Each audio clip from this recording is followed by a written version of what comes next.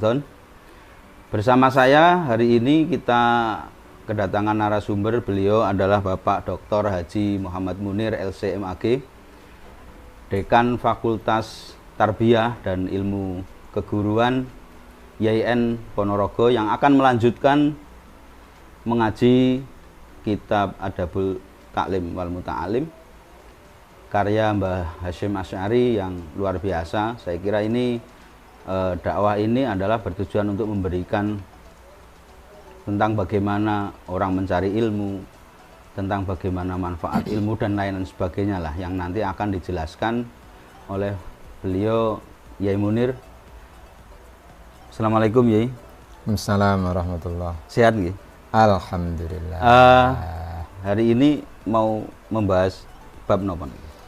Nggih, hari ini insyaallah kita akan membahas satu bab sebagai kelanjutan dari bab-bab sebelumnya. Monggo, dipun mulai. Nggih. Bismillahirrahmanirrahim. Assalamualaikum warahmatullahi wabarakatuh. Waalaikumsalam. Mari bersama-sama kita membahas salah satu konten dari isi dari kitab Adabul Alim wal Muta'alim karya Mbah Hasyim Asy'ari Jombang. Dalam sesi ini kita akan membacakan salah satu bab fi adabil muta'allim fi durusihi. Jadi etika seorang murid pada saat dia belajar.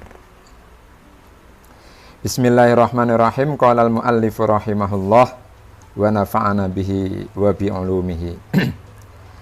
Al-awwal ayyabda'a bi fardhi ainihi fayahsulu awalan arba'ata ulum. Jadi seorang muta'alim, seorang murid, pada saat pertama kali dia akan belajar, itu apa yang harus dia pelajari?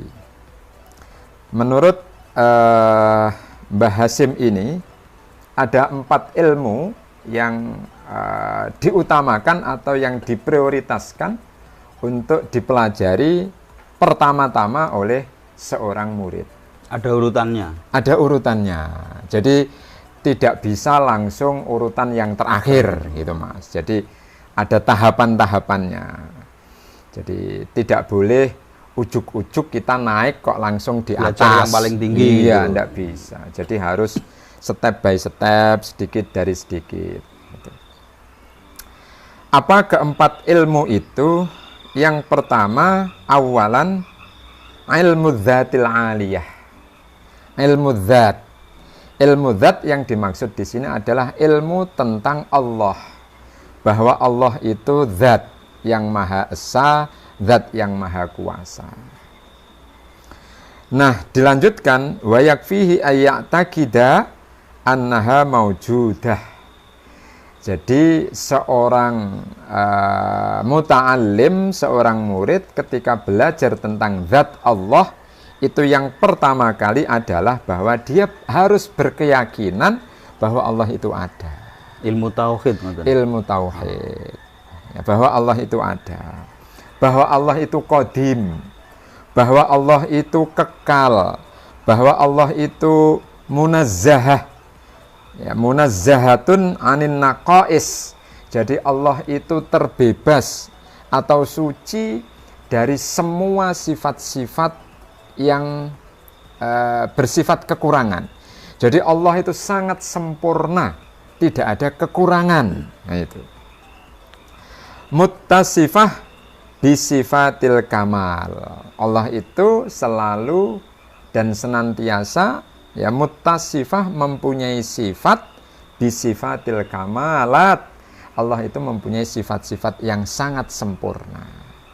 Jadi muta'alim pertama kali ketika belajar ilmu tentang Allah, ilmu tentang zat Allah, paling tidak dia meyakini 4 hal ini.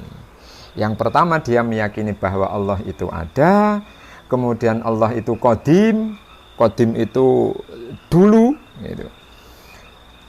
Allah itu kekal, Allah itu tidak mempunyai sifat-sifat kekurangan, tetapi sebaliknya justru Allah itu mempunyai sifat-sifat kesempurnaan. Ini ilmu pertama yang harus pelajari oleh seorang murid sebelum mempelajari ilmu-ilmu yang lain. Nah, dari sini kemudian nanti masih ada ilmu-ilmu yang lain, misalnya tidak boleh ujuk-ujuk gitu kita mempelajari Quran, mempelajari tasawuf, enggak boleh. Tasawuf itu nanti urutan berikutnya, tidak di awal-awal. Kalau orang itu awal-awal belum mengenal Allah, belum mengenal Tuhan, kok mempelajari tasawuf? Nah ini yang keliru. Belum mengenal Allah, kemudian mempelajari, ujuk-ujuk mempelajari tafsir Quran, nah ini yang keliru. Karena sementara ini banyak orang yang seperti itu, ujuk-ujuk, dikit-dikit pokoknya Quran, dikit-dikit hadis. Nah, ini yang keliru. Jadi harus mempelajari Allah itu siapa, Allah itu bagaimana, dan seterusnya. Itu yang pertama.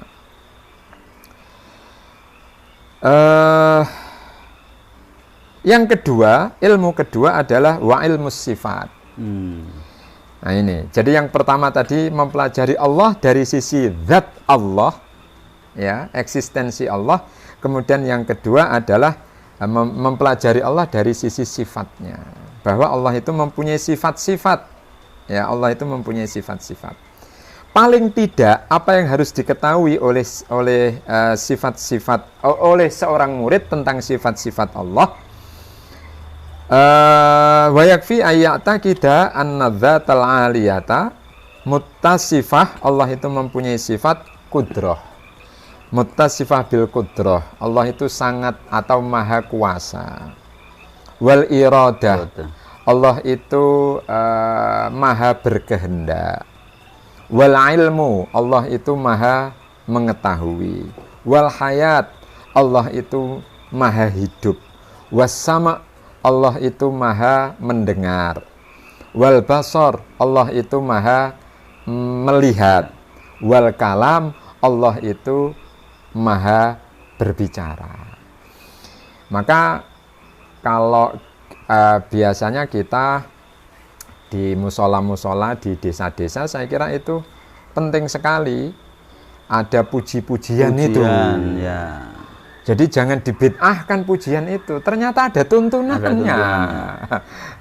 Dan itu ilmu yang sangat mendasar sebelum mempelajari ilmu selanjutnya. Betul. Jadi misalnya kan sering kita mendengar misalnya puji-pujian Allah wujud kita bako dan seterusnya dan seterusnya. Ini penting. Jadi sebelum kita mempelajari Quran, kita harus tahu dulu ini. Ya. Jangan kemudian orang pujian itu disalahkan. Karena dulu nggak ada. Karena dulu nggak ada. Karena Nabi tidak pernah pujian dan lain. Oh kalau begitu, kalau semua yang sekarang ada pada zaman Nabi itu tidak ada, misalnya itu bid'ah, wah. Ya semuanya menjadi bid'ah. Kita seperti ini juga bid'ah ini. Dulu kan Nabi dakwah nggak disyuting, nggak disyuting, nggak ada YouTube begini, kursi ini aja nggak ada, kan gitu. Ya, jadi jangan bid'ah itu ada definisi yang jelas, gitu loh.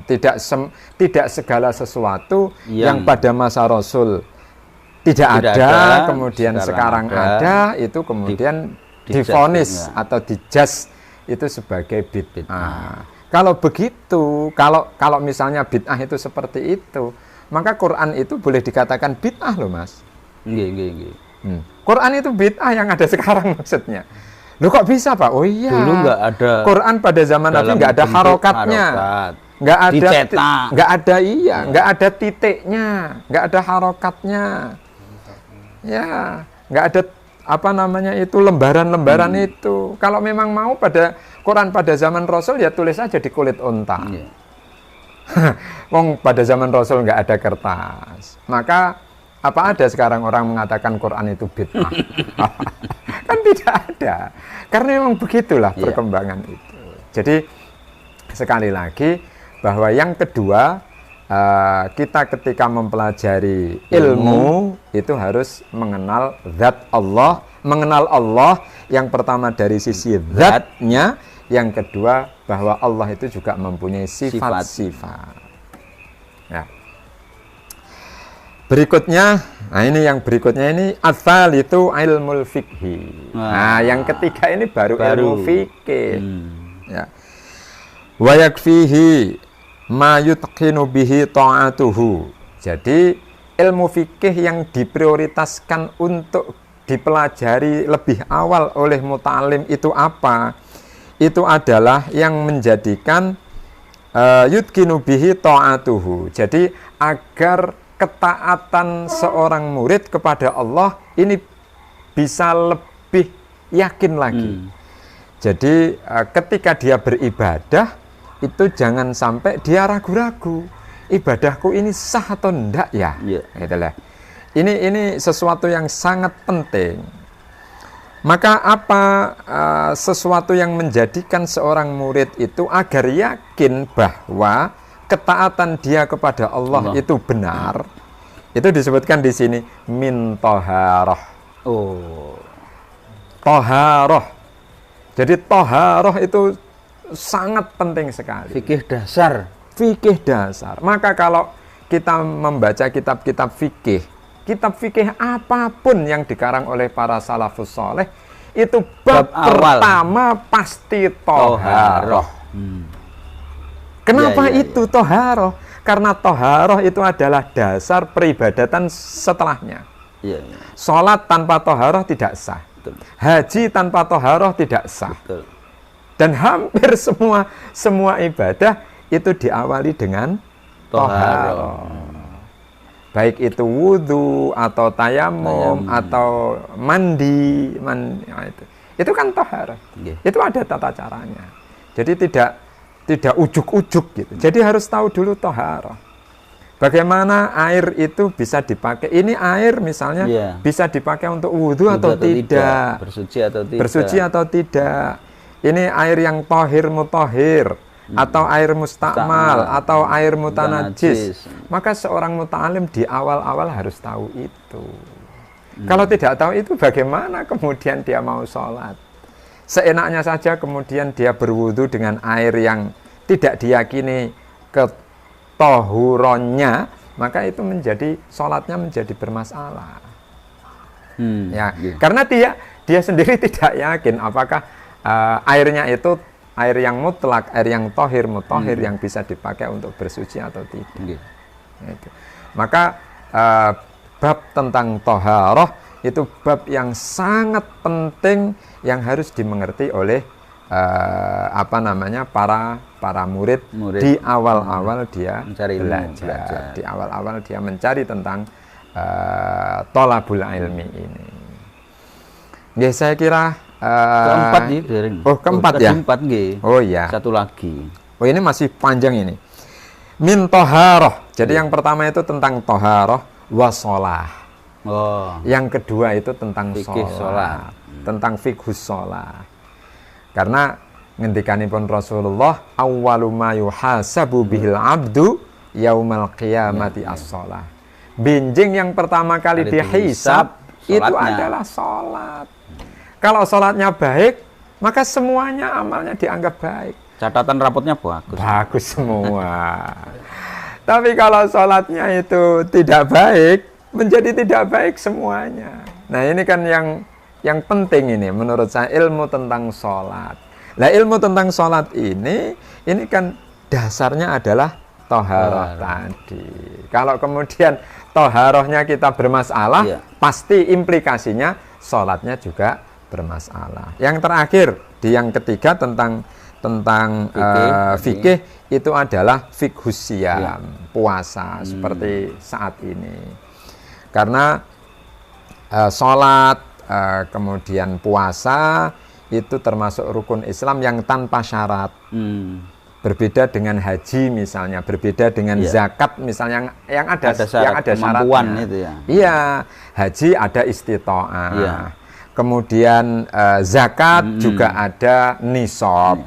Tetapi kalau sholat dan puasa itu semua nggak ada toleransi. Nggak ada toleransi. Jadi harus dilakukan oleh siapapun dan kapanpun. Bahkan ketika ada uzur pun mengganti ya. Harus. ya. Saking krusialnya, krusialnya dan iya, wajibnya sholat dan puasa. Kalau sholat tidak bisa diganti. Pokoknya kalau dia tidak sholat ya sudah berdosa. Berdosa. Ya, saya kira luar biasa ini.